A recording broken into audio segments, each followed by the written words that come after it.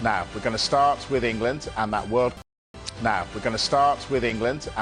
Cup qualifier against Serbia tomorrow night. Our football correspondent, Rob Dorset, is in Belgrade and joined us now. Rob, great to see you. Right, let's just say we're expecting the worst tomorrow. What are the England players going to do? Well, look, Mike, I think I have to start by telling you that I've spoken to the English FA, the Serbian FA and the English police. None of them are expecting the worst. Look, we know that England's black players have been targeted with racist abuse from the stands an awful lot in the past when they've been in Eastern Europe. You and I were both on Sky Sports News and talked about it at length when that happened in 2019 in Bulgaria. Then in 2021 in Hungary, Harry Kane came very close to taking the players off the pitch in the face of some sustained racist abuse there. And the reason it's an issue is because the Serbian FA is currently serving a punishment from FIFA for racist abuse that was directed during their game against Andorra in the 3-0 victory back in June, just 3 months ago. As a result of that, 15% of this stadium behind me, the Red Star Belgrade Stadium, will be closed to fans tomorrow, as well as a stiff financial penalty as well. But I think we need to point out that the racist abuse that came from the stands in that Andorra game was anti-Albanian rather than anti-black. Now, make of that what you will. That's a subtle difference. Discrimination and abuse people will see in exactly the same light, whoever the target is. But I think that has led the English FA and the English police to think that and hope that there will be no trouble here tomorrow involving England's players. Nevertheless, from back in 2021, there are only 3 players that remain in this England squad that experienced that horrific racism back then: Jordan Pickford, Declan Rice and Harry Kane. So that's why we reported earlier today that England's players have had a meeting to discuss the Uefa and FIFA protocols if they face racist abuse here or in any other away game that they might cover in the rest of this autumn period. And they discussed how they would be supported by the FA and what actions they might take. So it was that question that was put to both the England captain and the England manager here tonight. There was some hostility in the room from some of the local Serbian journalists who didn't like the fact that question that had been asked in the first place. But have a listen first to the England manager who responded to the question.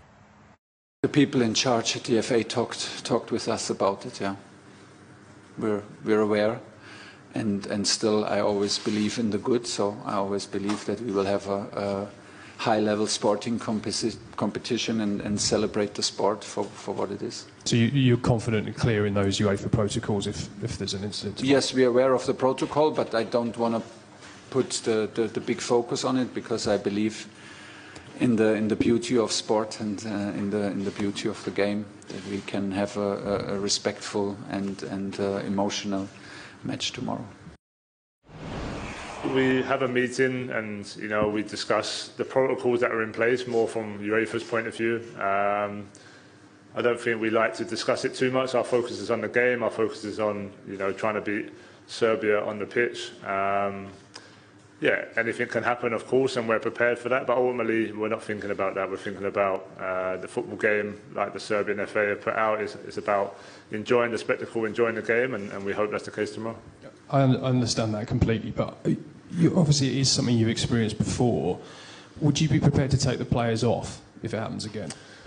Well, we're prepared to do what UEFA protocols allow us to do. I thought we handled that situation away in Bulgaria really well, and yeah, it'll be no different. These are things that are hard to talk about now because we don't know if it's going to happen or not. But ultimately, like I said, we're prepared, and we had a discussion as a group so that if the event does happen, we'll be prepared to do what's necessary. So, Rob, Harry Kane wants to focus on the game, so let's do that. Did you get any idea, any inclination of who might start tomorrow? Not a great deal. Thomas Tuchel tends to keep his cards close to his chest, and very often he doesn't make his own decision with his own backroom staff until the morning, possibly the late morning of the match day itself. So he's still pondering one or two things. But the good news that the England manager told us this evening is that all 24 players trained fully at St George's Park this morning, and all 24 are available for selection. And that's significant because Mark Gay came off in the second half of that pretty lacklustre 2-0 victory over Andorra at Villa Park at the weekend with a bit of a groin strain, which caused the FA medics some concern. He was replaced by Ezri Konsa, but Tuchel says no, he's good to go if called upon. And the impression I got from the England manager was that he's not going to make too many changes for what is a really, really tough game for England in a very hostile environment. From terms of performance, I have to say not too many, maybe slight adjustments, because I have to say, can just repeat myself, we had an excellent camp and everyone deserves to play, everyone deserves some minutes. The players are not yet in a rhythm where it's normal also to play 90 minutes every 3 days, so we take this into account. Like we said, we do last decisions for changes and for the lineup tonight and maybe tomorrow morning. Everyone is available, so it will be narrow decisions, but it's a good sign. And Mark's okay to start if you want him to? Everyone trained, everyone is okay to start.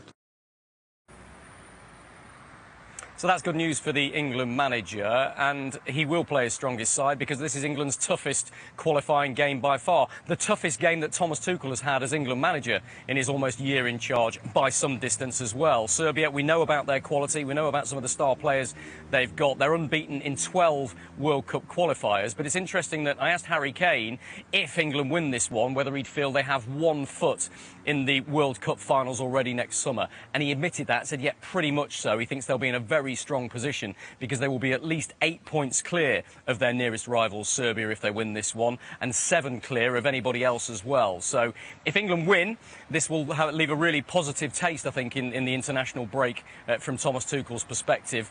If they don't win, then I think the question marks over how Thomas Tuchel has started as England manager will keep on coming, and the criticism will only get louder.